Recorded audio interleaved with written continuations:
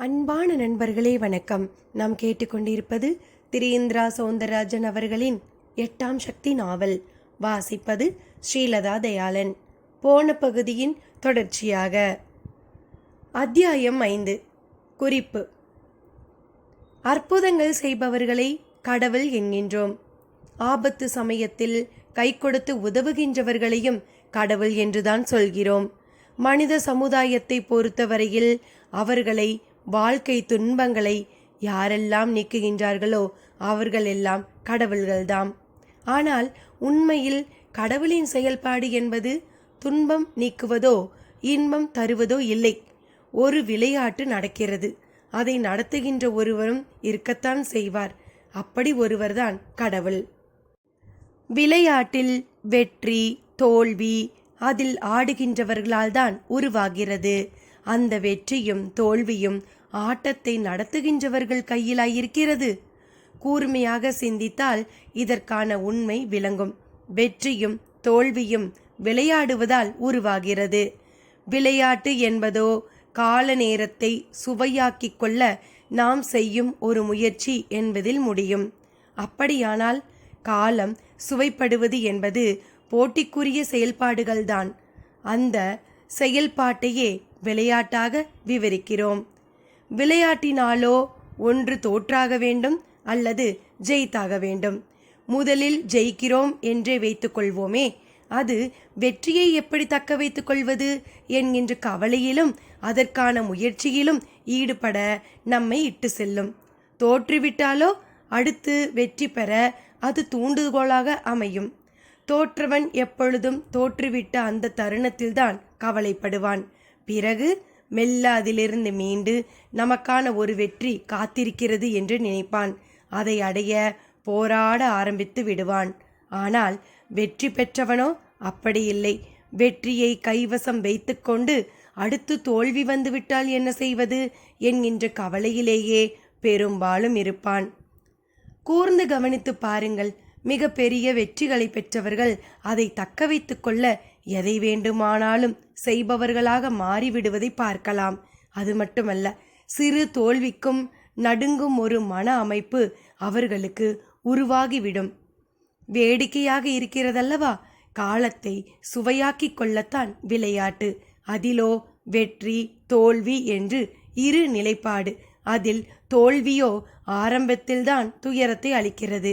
ஆனால் வெற்றியோ தொடக்கத்தை தவிர அதன் பின் தொடர்ந்து துயரத்தையே அளிக்கிறது.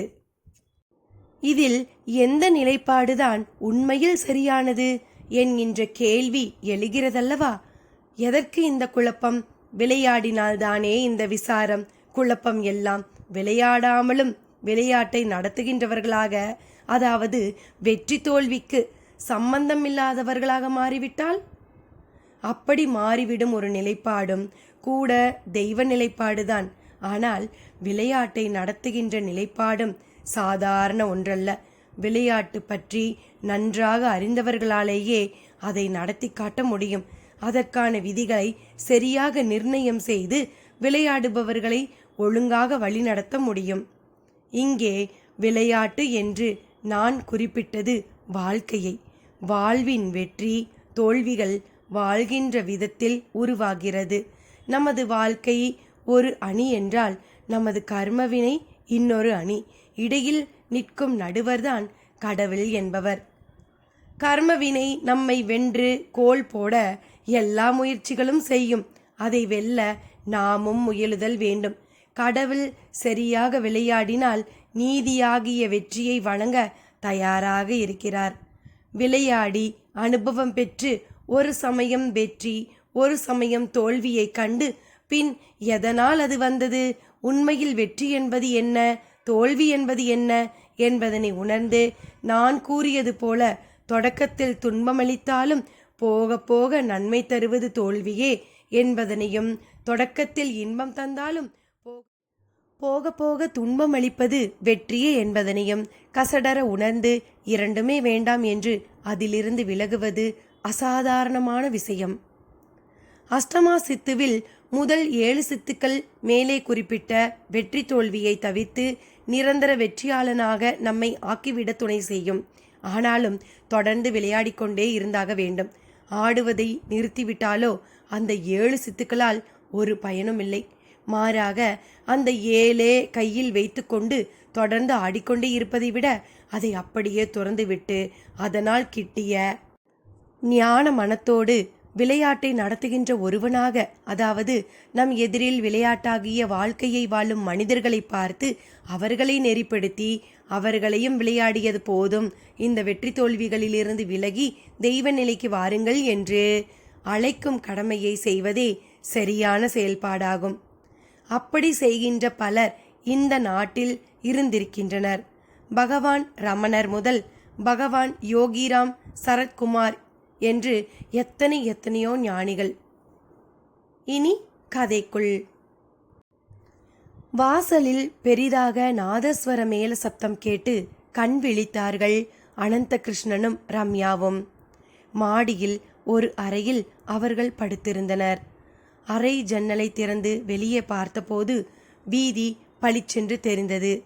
வீதி முழுக்க வாசல் தெளித்து கோலம் போடப்பட்டு இருந்தது. ஒரு ஆச்சரிய அதிர்ச்சியாக விஸ்வநாதன் தன் வீட்டு வாசலில் கோலம் போட்டுக்கொண்டு இருந்தார். அதை பார்த்த அனந்த கிருஷ்ணனுக்கு வெட்கமாகி விட்டது. ரம்யா, போ, அண்ணா கிட்ட இருந்து கோலமாவை வாங்கி நீ கோலம் போடு என்றான். ஐயையோ, எனக்கு தெரியாதே என்று கொட்டாவி பிரிய நெளிந்தாள் ரம்யா. அவனுக்குள் அது மேலும் வெக்கத்தை உருவாக்கியது. கோலம் போட தெரியலைன்னு ஒரு பொண்ணு சொல்றதை இப்பதான் கேட்குறேன் என்றான் சற்று கோபமாக. நான் ஹாஸ்டல்ல படிச்சு வளர்ந்தவ, தெரியாததை தெரியாதுன்னு தானே சொல்வேன். ஆமா, எதுக்கு இந்த கூத்து என்று பதில் கேள்வி எழுப்பினாள் அவள். தெரியல, ஒருவேளை அந்த சுவாமிகள் வரப்போறார்னு அண்ணா சொன்னார் இல்லையா, அதுக்காக இருக்கலாம் என்றவன் மலமளவென்று கீழே இறங்க ஆரம்பித்தான். வாசல் பக்கமும் வந்தான். குட் மார்னிங் அண்ணா. Very good morning. என்னண்ணா இது, நீ போய் கோலம் போட்டுண்டு? ஏன்பா, ஆம்பளைகள் கோலம் போடக்கூடாதுன்னு ஏதாவது இருக்கா என்ன?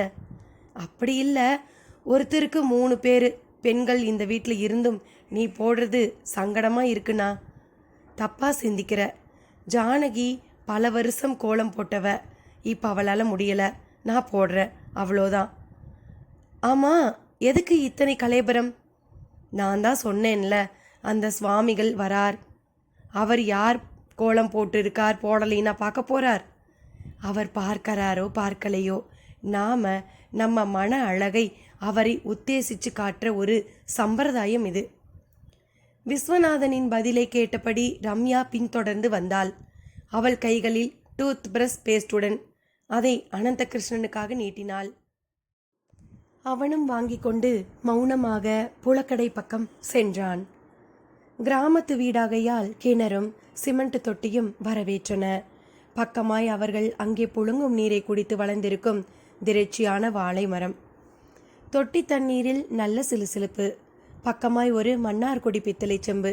அதில் நீரை மொண்டு வாயினுள் விட்டு கொப்பளிக்கும் போது பால்ய பிரயாய ஞாபகம் ஒரு மெலிதான பாலித்தீன் தாள் போல தோன்றி மனமூட்டம் போட்டது.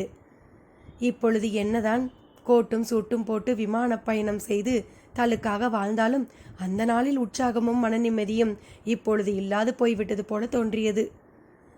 ரம்யா விஸ்ராந்தியாக பல் விளக்கியபடி இருந்தாள். அவளுக்கு எப்பொழுது ஊருக்கு போவோம் என்று இருந்தது. அதை கேட்கவும் செய்தாள். ஆமா, எப்போ புறப்பட போகிறோம்? ஏன் ரம்யா, உடனே திருமணம் போல இருக்கா? என்ன வேலை இங்க, அதான் கேட்டேன். சென்னையில் தான் என்ன பண்ண போகிறேன்? ஸோ இங்கே ஒரு 4-5 நாள் இருந்துட்டு போவோமே. என்ன தலையெழுத்து, ராத்திரி எல்லாம் ஒரே கொசுக்கடி. ஆனாலும் இங்கே பொல்யூஷனே இல்லை, அதை நீ ஒத்துக்கணும். அண்ணா மன்னிக்கும், நாம் வந்தோம் 4 நாள் தங்கினோம்னு ஒரு சந்தோஷம்தானே. ரம்யா பதிலுக்கு ஒரு முறை முறைத்தாள். டேக் இட் ஈஸி டியர், இது நான் பிறந்து வளர்ந்த ஊர். இங்கே நீ பார்க்க வேண்டிய இடங்கள் எவ்வளவோ இருக்குது தெரியுமா? ஆமாம், பெரிய டிஸ்னி வேர்ல்டு. ரம்யாவின் குரலில் பளிப்பு. டிஸ்னி வேர்ல்டை விட த்ரில்லான ஒரு இடம் இருக்குது தெரியுமா? என்ன? ஏதாவது பாலடைஞ்ச கோயிலும் அங்கு ஒரு குகையும் இருக்காக்கும். அவள் அப்படி கேட்டதும் தான் தாமதம். அவனுக்கு ஊருக்கு தெற்கில் உள்ள பத்ரகாளி கோவிலும் அங்குள்ள விக்ரமாதித்தன் குகையும் உடனே ஞாபகத்துக்கு வந்தன. ஏய் ரம்யா, உனக்கு ஆனாலும் மகா ஞான திருஷ்டி. எப்படி தெரியும் இந்த ஊர்ல அப்படி ஒரு கோயில் இருக்குன்னு? எதிர்கேள்வியை வாய் கொப்பளிப்போடு கேட்டுவிட்டு முகத்தையும் கழுவிக்கொண்டான். போரும், அசடு வலிகிறது. அவளும் சினுங்கினாள். வெளியே மேலதாள சப்தம் சற்று ஓங்கலாக கேட்டது. சுவாமிகள் வந்துவிட்டார், சுவாமிகள் வந்துவிட்டார் குரல் கேட்டது. ரம் வா, அந்த சுவாமிகள் வந்துட்டாராம். மலை சாமியார்ல அவர், மழை வருதான்னு பார்ப்போம். அனந்தா சின்ன குழந்தையின் குதூகலத்தோடு வாசல் நோக்கி ஓடினான். ரம்யாவுக்குள் எரிச்சல் பீறிட்டது. ஊருக்கு கிளம்பலாம் என்று சொல்வான் என எதிர்பார்த்தாள். ஆனால் 4 நாள் இங்கேதான் என்கிறான். 15 நாளில் 3 நாள் ஏற்கனவே இழந்தாகிவிட்டது. இங்கே 4 நாள் என்றால் சரிபாதி ஆகிவிடுகிறது. அவளுக்கு ஆற்றாமையோடு கோபம் பீறிட்டது. அதிசயமாக சேலை உடுத்தியிருந்தாள். அதன் நுனித்தலைப்பை போட்டு கசக்கு கசக்கியபடி அவளும் வாசல் நோக்கி நடந்தாள். எல்லோருமே வாசலில்தான் நின்று கொண்டிருந்தனர். தெருவின் துவக்கத்தில் அடப்பமாக கூட்டம். ஒரு பெரிய பட்டுக்குடை ஒன்றை பிடித்தபடி ஒருவர் தெரிந்தார். அவருக்கு அருகில்தான் அந்த சாமியாரும் இருக்க வேண்டும் என்று அனந்தான் நினைத்தான். உண்மைதான். காவி உடை, காவி சட்டை, மார்பு தொடும் தாடி, பாகவதர்கள் போல் பின்தலை, கழுத்தில் ஒரு ஸ்படிகமணி மாலை, நெற்றியில் கோபிச்சந்தனம், உதடு ராம் ராம் ராம் என்று ஜபித்தபடி இருக்க, சுந்தரானந்த சுவாமிகள் என்னும் அவர் மெல்ல நடந்து வந்து கொண்டிருந்தார். பார்ப்பவர்களை எல்லாம் கண்களாலேயே ரட்சித்தார். எல்லோரும் கைகளை கூப்பினர். சிலர் ஓடி சென்று காலில் விழுந்தனர். சிலர் நிறைய பூக்களை எல்லாம் காலில் தூவி வழிபட்டனர். அனந்தாவுக்கு இவ்வளவையும் தன் வீடியோ கேமராவில் பதிவு செய்து கொண்டால் என்ன என்று ஒரு எண்ணம். விறுவிறுவென்று உள்ளே சென்று சூட்கேஸில் இருந்த தன் ஹேண்டி கேமராவை எடுத்து வந்து மலமளவென்று சூட் செய்ய ஆரம்பித்தான். ரம்யாவுக்கு எல்லாம் வேடிக்கையாக வினோதமாக இருந்தது. அந்த சுவாமிகளும் விஸ்வநாதன் வீட்டு வாசலுக்கு வந்துவிட்டார். விஸ்வநாதன் விழுந்து சேவித்தார். சுவாமிகள் அவர் தலையை தடவி ஆசீர்வதித்தார். விஸ்வநாதன் இந்த ஊரோட one of the senior citizen. பாவம், இப்போ ரொம்ப மன வருத்தத்தில் இருக்காரு. அவர் மனைவிக்கு இரத்த புற்றுநோய். ஒருவர் சுவாமிகள் காதோரமாக எடுத்து கொடுத்தார். சுவாமிகள் நின்று ஒரு பார்வை பார்த்தார். பின் தன் கழுத்து ஸ்படிகமணி மாலையை கலற்றி விஸ்வநாதனை அருகில் அழைத்து அணிவித்தார். உங்க கஷ்டம் தீர்ந்திடும், அந்த ராமன் தீர்த்து வைப்பான் என்றார். விஸ்வநாதனுக்கு நின்ற இடம் நழுவுவது போல ஒரு பிரம்மை. ரொம்ப சந்தோஷம் சுவாமி, என் ஜானகி பிழைச்சா போதும். அப்படியே ஊருக்கு மழையும் வரணும். செடி கொடியெல்லாம் கருக ஆரம்பிச்சிடுச்சு. மனுஷா சோத்துக்கு இல்லைன்னா எங்கே கிடைக்குமோ அங்கே ஓடி போயிடுவா. ஆனால் இந்த மரம் செடிகள் என்ன பண்ணும்? பாவம் இல்லையா? விஸ்வநாதன் அக்ரிணை உயிர்களுக்காக கவலைப்பட்டு பேசியது அவரை மகிழ வைத்தது. வள்ளலாராட்டம் செடி கொடிகளுக்கெல்லாம் வக்காலத்து வாங்கி பேசுற உங்க நல்ல எண்ணத்துக்கு ஒரு குறையும் வராது என்றார் சுவாமிகள். பின் ஒரு புன்னகையோடு தொடர்ந்து நடை. அனந்தா அவர் பேசியது, விஸ்வநாதன் பேசியது என்று சகலத்தையும் வீடியோவில் பதிவு செய்து கொண்டே பின்தொடர்ந்தான். அவரது நடை தெருவின் முடிவில் உள்ள பெருமாள் கோவிலில் முடிந்தது. ரம்யாவுக்கு இதெல்லாம் சுத்தமா பிடிக்கவில்லை. வீட்டிலேயே ஒரு மூலையில் முடங்கிவிட்டாள். நடுநடுவே 1க்கு 3 பேராக அந்த வீட்டில் இருக்கும் வியாதியஸ்தர்களின் முக்கல் முனகல் இருமல் சப்தங்கள் வேறு. அவளுக்கு எரிச்சல் வர ஆரம்பித்தது. கோவில். ஒரு பெரிய மேடை போட்டிருந்தார்கள். அதில் சுவாமிகள் ஏறினார். எல்லோருக்கும் தெரியும்படி அமர்ந்து கொண்டார். கையை உயர்த்தி ஆசீர்வாதம் செய்தபடியே இருந்தார். ராமாபுரத்தின் பரம வைதிகரும் கோவில் அர்ச்சகருமான ராமகிருஷ்ண ஐயர் என்பவர் மைக்கை பிடித்து பேச ஆரம்பித்திருந்தார். சுற்றிலும் திரளான கூட்டம். எல்லோரும் வைத்த விழியை எடுக்கவில்லை. எல்லோருக்கும் என் நமஸ்காரம். இன்னைக்கு சுவாமிகள் நம்ம ஊருக்கு வந்திருக்காரு. அது நாமெல்லாம் செஞ்ச பாக்கியம்னு தான் சொல்லணும். சுவாமிகளை பற்றி சொல்லணும்னா ஒரு நாள் போராது, பேசிண்டே போகலாம். இருந்தாலும் ஒரே ஒரு சம்பவத்தை மட்டும் சொல்லிக்க விரும்புகிறேன்.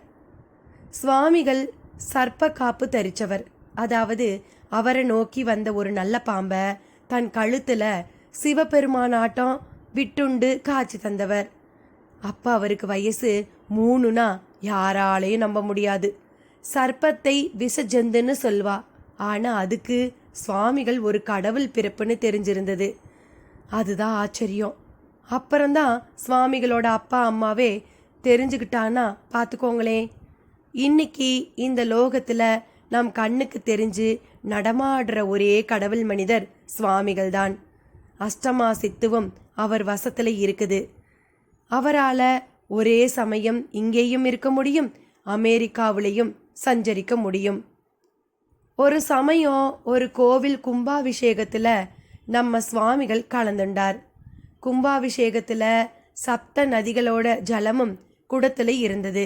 அதை கொண்டு கலகாபிஷேகம் பண்ண வேண்டியது தான் பாக்கி. அப்ப பார்த்து ஒருவர் தெரியாத்தனமா தவறி விழுந்து கங்கா ஜலம் இருக்கிற குடம் கவுந்துடுது. எல்லா ஜலமும் தரையில பரவி கும்பாபிஷேகத்துக்கும் ஜலம் இல்லைங்கிற ஒரு நிலைமை. கோவில் கமிட்டியை சேர்ந்தவோ தவிச்சு போயிட்டா. அப்ப சுவாமிகள் ஒரு அற்புதம் செய்து வைத்தார். கவுந்துட்ட அந்த கங்கை ஜலம் இருந்த குடத்தை எடுத்துண்டு வர சொல்லி தன் கையை அதை நோக்கி நீட்டினார். அவர் உள்ளங்கையில இருந்து கங்கை பாய்ஞ்சு குடம் நிரப்பியதை பலர் பார்த்தார். அப்படியே புல்லரிச்சு போய் ஒவ்வொருத்தரும் மலைச்சு போயிட்டா. கோவில் அர்ச்சகர் ராமகிருஷ்ண ஐயரின் பேச்சு வீடியோ கேமராவும் கையுமாக படம் பிடித்தபடி இருந்த அனந்தாவை ரொம்பவே நெளிய வைத்தது. பக்கத்தில் கையை கட்டி கொண்டு நின்றபடி அந்த பேச்சை கேட்டபடி இருந்தார் விஸ்வநாதன். அண்ணா, என்ன இது? கோவில் அர்ச்சகர் இப்படி புழுகிறார்? சும்மா இருடா, அபச்சாரமா எதையாவது பேசாதே. எது அபச்சாரம்? இங்கேயும் இருப்பாராம், ஸ்டேட்ஸ்லேயும் இருப்பாராம். கங்கையும் கை வழியா வந்ததுன்னா எந்த காலத்தில் இருந்துட்டு எதை பேசுறதுன்னு ஒரு விவஸ்தை வேண்டாமா? அவர் கேட்டபடி இருக்க ஐயரின் பேச்சு ஒரு முடிவுக்கு வந்திருந்தது. அடுத்து சுவாமிகள் பேச முன் வந்திருந்தார். கொஞ்சம் சும்மா இரு, சுவாமிகள் பேச போறார். கேட்கத்தானே போறேன். அவரே அந்த புழுகு இருக்காரு, இவரு இமாலய புழுகே புழுக போறாருன்னு தான் நினைக்கிறேன். அனந்த கிருஷ்ணன் மீண்டும் விஸ்வநாதன் காதோரம் கிசுகிசுத்தான். சுவாமிகளும் வாயை திறந்தார். எல்லோருக்கும் என் ஆசீர்வாதங்கள். என்னை பற்றி அர்ச்சகர் ராமகிருஷ்ணன் என்னென்னவோ பேசினாரு. அதெல்லாம் எதுக்கு? இந்த லோகத்தில் சஞ்சாரம் பண்ணுற பல கோடி ஜீவன்களில் நானும் ஒருத்தன். உங்களுக்கும் எனக்கும் ஒரே ஒரு வித்தியாசம்தான். உங்களுக்கெல்லாம் நிறைய சம்பாதிக்கணும், குடும்பம் குட்டிகள் 100 வருஷம் வாழணும்னு ஆசை இருக்கலாம். எனக்கு அப்படி இல்லை. எனக்கு இந்த உடம்பை சுமந்துண்டு பசிக்கு சாப்பிட்டுண்டு சதா சுவாசிச்சுண்டு வாழ்கிற இந்த வாழ்க்கை சுத்தமாக பிடிக்கல. எவ்வளவு வாழ்ந்தாலும் ஆசையடங்காத இந்த வாழ்க்கை ஒரு வாழ்க்கையா என்ன? எனக்கு தேவை மோட்சம், முக்தி. திரும்ப திரும்ப பிறக்கிற இந்த பிறப்பு போதுங்கிறது தான் என் எண்ணம். என்ன இந்த கோவிலை சேர்ந்தவாளும் ஊர்க்காராலும் இந்த ஊருக்கு வருவேலான்னு கேட்டா மழையே இல்லை, பயிர்கள் எல்லாம் கருகிண்டு இருக்குன்னா எனக்கும் உங்கள் கஷ்டம் புரியறது. மழைங்கிறது இறைவனோட கருணை. எப்போ மழை பெய்யலையோ அப்போ இறைவன் கோபமாக இருக்கான்னு அர்த்தம். அவன் கோபம் 2 விதம். ஒன்று அசூரவதம் பண்ணி அழிக்கிற மாதிரி ஆவேசமானது. இன்னொன்று செல்ல கோபம். மழையை தராத கோபம் செல்ல கோபம்னு சொல்லலாம். அதுக்கு சரியான ஒரு காரணம் இருக்கு. நமக்கு காவலாக இருக்கிற இயற்கை நம்மை விட பெருசு. அதை நாம் கடவுளாக நினைக்க தவறும்போது இப்படியெல்லாம் ஆறுது. காற்று இல்லைன்னா மூச்சு விட முடியுமா? ஆனால் இன்னைக்கு அதில் எவ்வளவு கரிப்புக. பூமி இல்லைன்னா நாம் எது மேலே வீடு கட்டுவோம்? ஆனால் இந்த பூமி எப்படி இருக்கு? எங்கே பாரு குப்பை கூளம். பிளாஸ்டிக் கலாச்சாரத்தால் மழை தண்ணியை பூமிக்குள்ளே நுழைய விடாதபடி பண்ணிட்டோம். எங்கே பாரு பாலித்தீன் பேப்பரு, பிளாஸ்டிக் கப்பு தான். நெருப்பையும் நாம் மதிக்கிறதே இல்லை. ஒருத்தன் போகிற போக்கில் சிகரெட்டு பிடிக்கிறான், அப்புறமா அதை காலடியில் போட்டு மிதித்து அணைக்கிறான். எவ்வளவு பெரிய பாவம் இது! தண்ணியை லிட்டர் 10 ரூபான்னு விற்க ஆரம்பிச்சிருக்கோம். விற்கலாமா? ஆகாசத்தில் இருந்து வர்ற மழை இலவசமாக தானே தர்றது. ஆறு குளமெல்லாம் ஊருக்கு பொதுவாச்சே.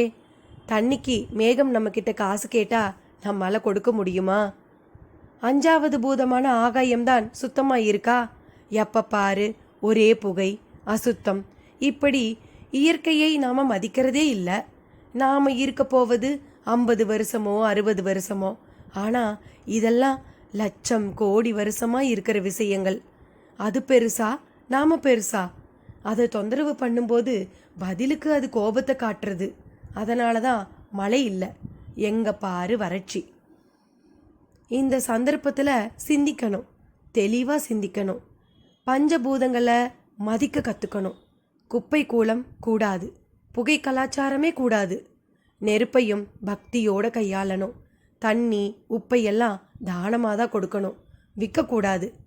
ஆகாசத்தில் தான் ஆண்டவன் இருக்கான், அவனோட வீடு அது. அதை தூய்மையாக வச்சுக்கணும். இந்த ஞானம் வந்துட்டா போதும், மழை வந்துடும், சந்தேகம் வேண்டாம். இவர் பேச்சு கருத்தளவில் நன்றாகத்தான் இருந்தது. அப்ப இவரால் மழையை வரவழைக்க முடியாதுன்னு சொல்லாம சொல்றாரா? கிசுகிசுத்தான் அனந்தா. சும்மா இரு அனந்தா, அவர் காதில் விழுந்துட போகுது. நெளிந்தார் விஸ்வநாதன். சுவாமிகள் ஒரு வழியாக கருத்தை முடித்து கொண்டார். நான் பகவான் கிட்ட பிரார்த்தனை பண்ணிக்கிறேன், உங்க சார்பா மன்னிப்பும் கேட்டுக்கிறேன். நிச்சயம் அவன் மனசு குளிர்ந்து மழை பெய்து பயிர் பச்சை எல்லாம் செழிக்கும்னு நம்புவோம் என்றார். அதன் பின் எல்லோரும் வரிசையில் நின்று அவரிடம் தீர்த்தம் பெற்றுக்கொள்ள தொடங்கினர். அப்பொழுது சில சித்து வேலைகளை செய்ய ஆரம்பித்தார். ஒருவர் பூச்சரத்தை ஒரு பந்தாக அவர் கையில் கொடுத்தார். அதை விடுவித்தார். உள்ளே ஒரு கணபதி விக்கிரகம் இருந்தது. கொடுத்தவருக்கு சிலிர்த்து விட்டது. இன்னொருவர் 2 ஆப்பிள் பழம் கொடுத்தார். அதை நறுக்க சொன்னார். நறுக்கினார். உள்ளே மகாலட்சுமி விக்கிரகம். அடுத்தவர் தந்த வாழைப்பழத்துக்குள்ளே குட்டி வேல். அனந்த கிருஷ்ணன் கண்களை கசக்கி விட்டு கொண்டு பார்த்தான். இது என்ன மேஜிக்? மேஜிக் இல்லை, இதெல்லாம் சுவாமிகளோட சித்து விளையாட்டு. சித்து விளையாட்டுனா அதான் பார்க்குறியே, இதான். இது எப்படின்னு தெரியலையே. எனக்கு பதில் தெரிஞ்சா நான் ஏன் இப்படி இருக்கேன்?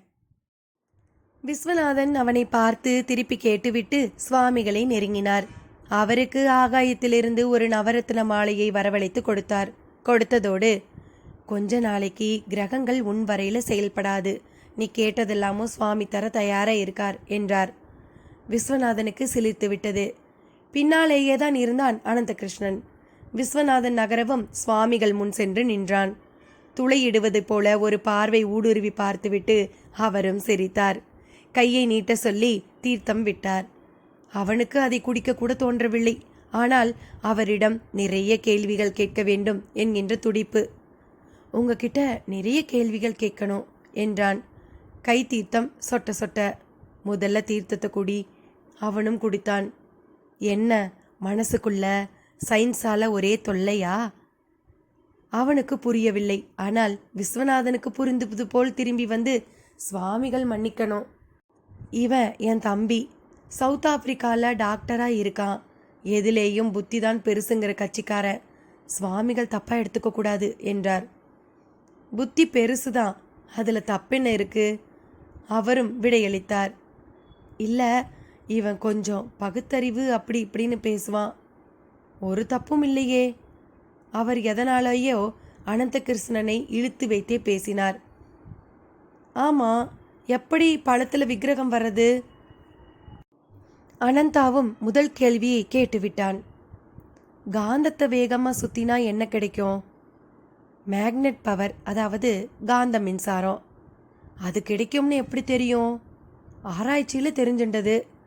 அப்போ அது சம்பந்தமாக படித்து ஆராய்ஞ்சதாலே தானே அது தெரிய வந்தது. நிச்சயமா இதுவும் அந்த மாதிரி படிப்பு தான். இதில் இறங்கு, உனக்கு புரியும். இதில் இறங்காமல் உனக்கு நான் எவ்வளவு சொன்னாலும் புரியாது. அப்போ இது ஒரு சப்ஜெக்டா? ஆமாம். பாரா சயின்ஸ் உங்கள் ஃபாரினில் அப்படி தான் சொல்லுவா. இதெல்லாம் ஃப்ராடு பித்தலாட்டங்கிறாளே. அவ வாழ்க்கையில் சாதாரண விஷயத்துல எல்லாம் தோத்து போனவாளா இருப்பா. அவர் அப்படித்தான் சொல்லுவா. அப்படின்னா நான் இதை படிக்க விரும்பினா படிக்க முடியும்னு சொல்லுங்கோ. நிச்சயமா. போதும் அனந்தா, சுவாமிகள் கிட்ட போய் சரிக்கு சரி பேசிண்டு பின்னால் எவ்வளவு பேர் நிற்கிறா பாரு. விஸ்வநாதன் கையை பிடித்து இழுத்துச் சென்றார். அனந்தா திரும்பி திரும்பி பார்த்தபடியே சென்றான். அத்தியாயம் 6. உலகில் உணர்வுகளில் தலையானது கருணை. கருணையை அன்பு என்றும் பரிவு என்றும் பாசம் என்றும் பலவாறு சொல்லலாம். கருணையின் பல வடிவங்கள்தான் அவை. இல்லையென்றால் அவன் மிருகமாகி விடுவான். மனிதன் ஒரு 6வது அறிவுள்ள வினோத விலங்கு என்று ஒரு கருத்து உண்டு. அவனை விலங்கினின்றும் வேறுபடுத்துவதே கருணை சார்ந்த விஷயங்கள்தான். மிருகங்களிடையேயும் அன்பு உண்டு. ஆனால் அவை பசி என்று வரும்போது வேறுபட்டுவிடும். உணவுக்காக ஒன்றை ஒன்று அடித்து கொள்ளும். உணவு கிடைத்துவிட்டாலோ விஸ்ராந்தியாக அயர்ந்துவிடும். கருணையை கொண்டு துக்கப்படவோ இல்லை சந்தோஷப்படவோ அவைகளுக்கு தெரியாது. ஆனால் மனிதன் அப்படி இல்லை. கருணை இல்லாத மனிதன் மிக ஆபத்தானவன். உலகில் அதற்கு உதாரணமாக பல சர்வாதிகாரிகளை கூறலாம். ஹிட்லர், முசோலினி என்று ஒரு நீண்ட பட்டியல் அம்மட்டில் உண்டு. எனவேதான் கருணையே மனித குலத்தின் பிரதான உணர்வாக கருதப்படுகிறது. அது மட்டுமல்ல, கடவுளின் உணர்வே கருணைதான். இதைத்தான் சிலுவையில் அறைந்த இயேசுவிடம், கல்லால் அடிப்பட்ட நபிகளிடம், திரௌபதி மானபங்கப்படுத்தப்பட்ட போது ஓடி வந்த கண்ணனிடம் என்று நாம் வரிசையாக உணர்கிறோம். இறையாளர்கள் என்பவர்களும் கருணை மிகுந்தவர்களே. கருணை மிகுந்திருந்ததால்தான் அவர்கள் முழுமையான இறையாளர்கள். தன்னை தரிசிக்க வரும் அன்பர்களின் துயரங்களை தன் கணக்கில் எடுத்துக்கொண்டு அவர்களை தன் கருணையால் இரட்சித்து துன்பம் நீக்கும் பல யோகிகள் இந்த மண்ணில் இருந்திருக்கிறார்கள். ஆறுகள் கூட கருணையின் சொரூபங்கள்தான். மனிதர்களின் பாவங்களை தாங்கள் ஏற்றுக்கொண்டு மனிதர்களை சுத்திகரிப்பதால்தான். பகவான் ரமணருக்கு புற்றுநோய் வந்தது. இறைவனுக்கே நோயா என்று ஊரே வியர்ந்தது. அது இறைவனுக்கான நோயல்ல. நாடி வந்த பக்தர்களிடமிருந்து கர்ம வினைகளை அவர் எடுத்துக்கொண்டார். அது ஒட்டு மொத்தமாய் திரண்ட நிலையில் புற்றாகிவிட்டது. ஆனால் அவர் அதனால் பெரிதாக துன்புறவே இல்லை. அவருக்கு சிகிச்சை அளிக்க மருத்துவர்கள் முயன்ற போதெல்லாம் அவர் பெரிதாக ஒத்துழைக்கவே இல்லை. சதையை அறுத்து கட்டியை விளக்க முயன்ற போதும் மயக்க மருந்தெல்லாம் எடுத்துக்கொள்ளவில்லை. வலியை அவர் மிக நேசித்து உள்வாங்கிக் கொண்டார்.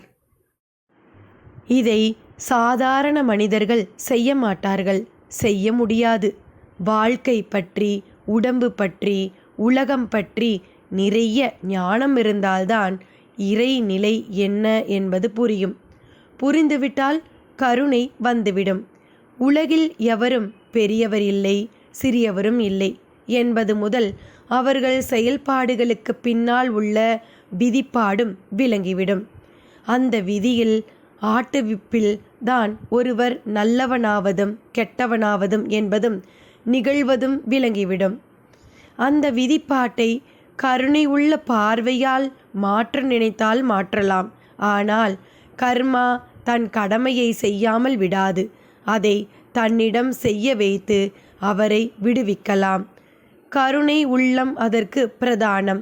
கருணை உள்ளமே ஈசத்துவத்தின் பிரதான குணம். இனி கதைக்குள். வீடு திரும்பிய அனந்த கிருஷ்ணன் திரும்பின நொடியில் இருந்தே அந்த சுந்தரானந்த சுவாமிகள் பற்றிதான் பேசிக்கொண்டிருந்தான். ரம்யா காதுகளை பொத்திக்கொண்டாள். போரும், ஊருக்கு புறப்படுறத பற்றி யோசியுங்களேன். இந்த சாமியார் பெருமையெல்லாம் எனக்கு வேண்டாம். ஏற்கனவே இந்த பூமியில் தெருவுக்கு ஒரு சாமியார். இவா அடிக்கிற கூத்தை தான் பத்திரிக்கையில் வார வாரம் போட்டு மானத்தை வாங்குறாளே. ரம்யா சடைத்து கொள்ள அனந்த கிருஷ்ணனுக்கு கோபமாக வந்தது. லுக், நீ எதையும் நேரில் பார்க்காம பேசுறது சரியில்லை ரம்யா. வேண்டாம், நான் பார்க்கல. என் கேள்விக்கு பதில் சொல்லுங்க. ஊருக்கு எப்போ புறப்பட போகிறோம்? இரு ரம்யா, இப்படி அவசரப்பட்டா எப்படி? ஆமாம், அண்ணா எங்கே? அவர் சமையல் கட்டில் காய் நறுக்கின்னு இருக்கார். இங்கே நாம் இருக்க இருக்க அவருக்கு தான் சிரமம். பைத்தியக்காரி, நீ போய் சமைக்கிறதுக்கு என்ன? ஐ ஆம் அ டாக்டர், நாட் அ குக். என்னை எங்கள் அப்பா அப்படி வளர்க்கலை. பொட்டில் அடித்த மாதிரி இருந்தது அவள் பதில். அது கசக்கவும் செய்தது. நான் ஒன்றும் இங்கே சமைக்க வரல. உங்களுக்கு பெருசாக லீவு இல்லை. 2-3 வருஷம் கழித்து வந்திருக்கேள். ஆனால் ஒவ்வொரு நொடியையும் எப்படி உபயோகமாக கழிக்கணும்னே தெரியலை உங்களுக்கு. கோபம் வேறு அவளிடம் குமிழிட்டது. போரும் ரம்யா, சவுத் ஆப்பிரிக்காவில் ஆம்பளைங்க எல்லாம் சமைக்க மாட்டான், பொம்பளை தான் சமைப்பா. இங்கே அண்ணாவை சமைக்க விட்டுட்டு நீ வேடிக்கை பார்க்கறது மரியாதையா இல்லை. எனக்கு சமைக்கவே தெரியாதுங்கிற, அப்புறம் அதையே பேசினா என்ன அர்த்தம்? அவர்களுக்குள் வாக்குவாதம் வலுக்கும்போது விஸ்வநாதன் வெளியே எட்டி பார்த்தவராக சமையல் கட்டை விட்டு வெளியே வந்தார். என்ன சத்தம்? ஒன்றும் இல்லைண்ணா. எதுக்கு அண்ணா நீ போய் சமைச்சுண்டு? வேற யார் இருக்கா? ரொம்ப நாள் கழித்து வந்திருக்கிற உன்னை பட்னி போட சொல்கிறியா? ஐயோ, அதுக்காக நீ எதுக்கு சமையல்காரன் ஆகிற? ஹோட்டலுக்கு போய் சாப்பிட்டா ஆச்சு. இது கிராமம். எப்படி நீ அதை மறந்த? இங்கே எங்கே இருக்கு ஹோட்டல்? அண்ணா. என்ன அண்ணா? சமையலை பொம்பளை தான் பண்ணணுமா? ஆம்பளை செய்யக்கூடாதா? நலன், பீமன் எல்லாம் யாரு? விஸ்வநாதன் பதில் சொல்லி முடித்தது போல திரும்பி நடந்தார். ரம்யா அதை ரசித்தது போல சிரித்தாள். ஆனால் அது அனந்தகிருஷ்ணனுக்கு அவள் கேலியாக சிரிப்பது போல தோன்றியது. ரம்யா, நீ இவ்வளவு மோசமாக இருப்பேன்னு நான் நினைக்கல என்றான் படுவேகமாக. நான் மோசமா? அவளிடம் அடுத்த க்ஷணம் ஆவேசம். ஆமாம், அண்ணாவுக்கு எவ்வளவு பெருந்தன்மை. நீ என்னடானா சிரிக்கிற? அவர் ஒன்றும் பெருந்தன்மையை காட்டின மாதிரி எனக்கு தெரியலை. நலன், பீமன்னு ஆம்பளை பெருமையை பீத்திண்டு போறார். அவள் பதில் அனந்துவை மேலும் சிவப்பாக்கியது. ரம்யா, தொட்டு தொட்டு நீ தப்பாகவே பேசிட்டு போகிற. ஆமாம், இங்கே நீங்கள் இருக்கிற வரைக்கும் அப்படி தான் பேசுவேன். சாமியார் சாகசம்னு நீங்கள் உளரலாம், நான் பேசக்கூடாதா? நான்சென்ஸ். உனக்கு என்ன வந்தது? ஏன் இப்படியெல்லாம் நடந்துக்கிற? வேண்டாம், வார்த்தையை அளந்து பேசுங்கோ, அப்புறம் நானும் பேசுவேன். என்னத்தை பேசுவேன்? எங்கே பேசேன்னு பார்ப்போம். அனந்தகிருஷ்ணன் தன்னிலே மறந்தான். அவளை தள்ளிவிட்டான். அவளுக்கு அது மேலும் எரிச்சலை தந்தது. கையை வேற நீட்ட ஆரம்பிச்சிட்டேலா? அறைய கூட செய்வேன். எங்க அறைங்கோ பார்ப்போம். அவள் சொன்ன மறுநொடி பலார் என்று ஒரு அறை. அவள் காதுக்குள் ஈசல் பூச்சிகள் சப்தமிட்டு கொண்டு பறக்கிற மாதிரி இருந்தது. அவள் அவனை தொடர்ந்து முறைத்து பார்த்தாள். சில வினாடிகளுக்கு பிறகு விறுவிறுவென்று பக்கத்தில் இருந்த அறைக்குள் சென்றாள். திரும்பும்போது அவளது கையில் அவளது சூட்கேஸ். அனந்தகிருஷ்ணன் அதை பார்த்து மேலும் சூடானான். கிளம்பு, போயிண்டே இரு, இதுக்கெல்லாம் நான் பயப்பட மாட்டேன் என்றான். அவளும் புறப்பட்டு வாசல் தாண்டி வீதியில் இறங்கிவிட்டாள். காரில் ஏறினாள். அதன் பின் யாரும் எதிர்பார்க்காமல் அது நடந்தது. இதன் தொடர்ச்சி மற்றும் முடிவு அடுத்த பகுதியில். நன்றி நண்பர்களே.